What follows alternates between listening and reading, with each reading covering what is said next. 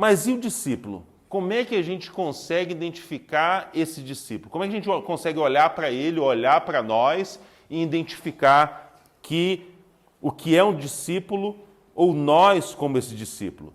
E a primeira característica, quando nós olhamos para esse discípulo, para identificar, é que ele ama a Jesus acima de todas as coisas. Essa é a primeira característica que um discípulo tem. Essa é a primeira coisa que Jesus falou, não a primeira coisa que Jesus falou, mas é a primeira coisa que nós queremos citar que Jesus falou, que é que o discípulo tem que ser aquele que ama o Senhor, que ama a Deus acima de todas as coisas. A gente, olhando isso, nós já falamos que nós vamos olhar, alguém pode abrir aí Mateus 22, 37.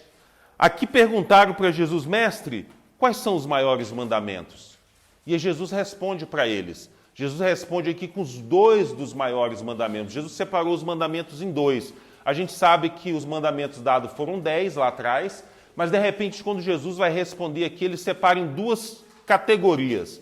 Basicamente, ele pegou ali dos mandamentos de 1 até o 6, e ele colocou na categoria do primeiro grande mandamento, e do 7 ao 10, a categoria do segundo mandamento. Qual é o primeiro? O que diz aí? Quem achou aí para ler?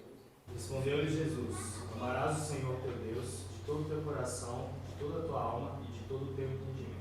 Então, primeiro grande mandamento. Esse aqui, todo discípulo, todo aquele deve ter, todo homem deve ter isso. Amar a Deus de todo o teu coração, de todo o teu entendimento, de toda a tua força. E o segundo? Continuando aí, o próximo versículo. Este é o grande primeiro mandamento. O segundo, semelhante a este, é amarás o teu próximo como a ti mesmo. mesmo. Então, primeira coisa é o grande mandamento de Jesus, de Deus aqui, em Mateus 28, 37. Mas vamos ler o maior ali, Lucas 14, não é aquele Lucas ali não, da Bíblia, tá? Lucas 14, 26, pode ser outro que leia aí. Lucas 14, 26. Se alguém vem a mim e ama seu pai, sua mãe, sua mulher, seus irmãos e irmãs, e até sua própria vida mais do que a mim, não pode ser meu discípulo. Jesus está falando para a gente que ele só aceita ser o primeiro. Não tem andar com Jesus e Jesus ter qualquer outra posição. Jesus só aceita ser o primeiro, ele não aceita ser o segundo. Com ele, então, para que isso aconteça, nós temos que amar menos a pai, mãe, irmão, filho, filha e até a nossa própria vida. E aí eu digo que isso é amar menos para amar mais. Quando nós amamos menos a essas pessoas que nós amamos tanto, como marido, esposa, cônjuge, né? Filho, filha, tudo isso, em detrimento ao amor maior a Deus, o Senhor nos ensina a amar mais.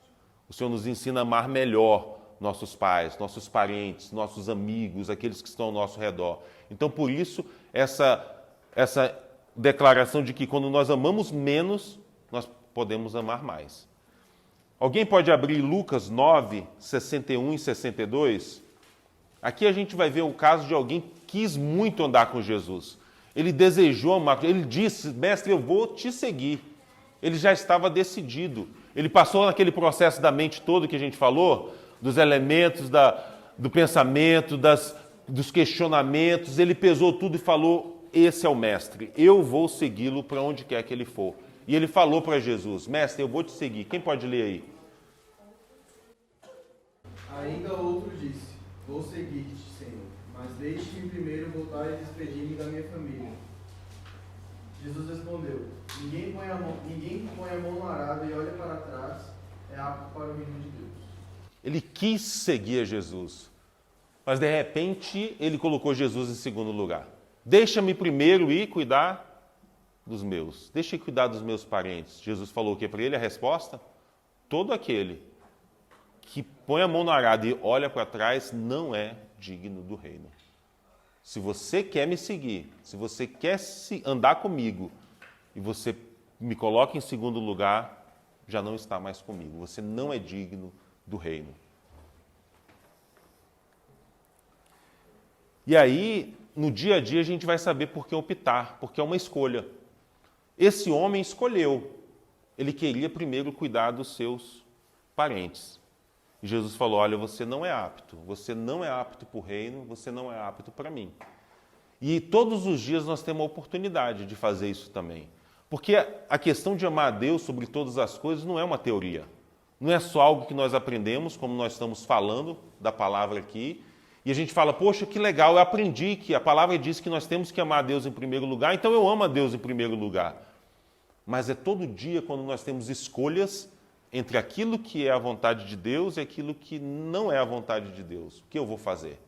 É nesse momento que nós escolhemos se Jesus tem o primeiro lugar ou se nós temos o primeiro lugar. Então nós precisamos